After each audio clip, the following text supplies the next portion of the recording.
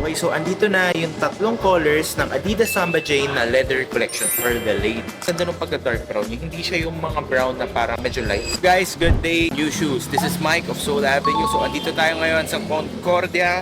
Tagaytay nag-coffee tayo. So kakatapos lang ng ating Soul Avenue summer outing. At ngayon, excited na ako bumalik sa ating store kasi dumating na yung hinihintay nyo lahat na Adidas Samba Jane na leather. So tara, samahan niyo ako. Let's go back to Metro Manila. Okay, so kararating lang natin sa stock room.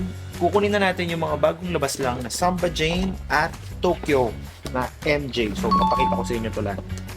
Okay, labas natin to. Let's go. Saka pati itong bago na to, papakita ko na rin.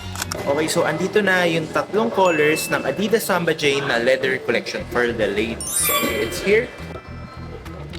First, yung pinaka-trending which is the brown one. This is the brown leather.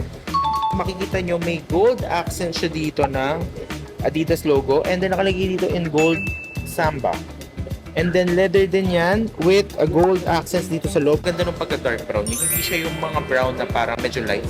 And then second is the cream na leather Samba Jane. Lastly, is gusto mo siguro pang work, pwede to black. Kasi black and brown lang. Sobrang classy lang. Post namin to a few weeks back, flash natin dito. So, nag-trending to. So, finally, andito na ang request nyo guys. So, aside from that, pakita ko na lang itong Linus Bunny sneakers. Na pink.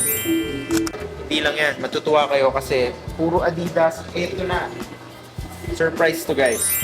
So, andito yung mga Tokyo na nire-request nyo rin sa amin. Tokyo with laces and then the Tokyo MJ na black, cream, and then red cream. Dito na sa Soul Avenue. Aming bago sa Soul Avenue for the ladies. Thank you for watching guys. Sana nagustuhan nyo. Till next time.